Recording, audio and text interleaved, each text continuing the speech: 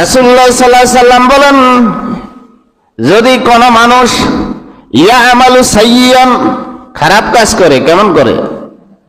কথা কয় না, খারাপ কাজ করে, খারাপ কাজ। তো রব্বুল আলামিন ফেরেশতারা বলেন না, খারাপ কাজ করে না, খারাপ কাজের নিয়ত করে। খারাপ কাজের কি করে? নিয়ত করে। তো কিরামান কাতিবিন ফেরেশতারা বলে, আল্লাহ অমুক ব্যক্তি অমুক গ্রামের অমুক ব্যক্তি অমুকের ছেলে অমুকের নাতি, আল্লাহ এই খারাপ কাজের নিয়ত করেছে, তার আমল নামায় কি এই খারাপ কাজের আমল লিখবো কিনা?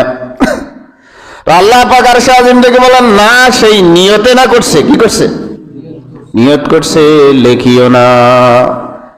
যদি তার দ্বারা খারাপ কাজটা হয়ে যায়, করে ফেলে, তো রাসূলুল্লাহ সাল্লাল্লাহু আলাইহি ওয়াসাল্লাম বলেন, ফেরেশতারা আল্লাহ পাককে বলে, আল্লাহ সেই তো করি ফেলাইছে, এখন কি করা?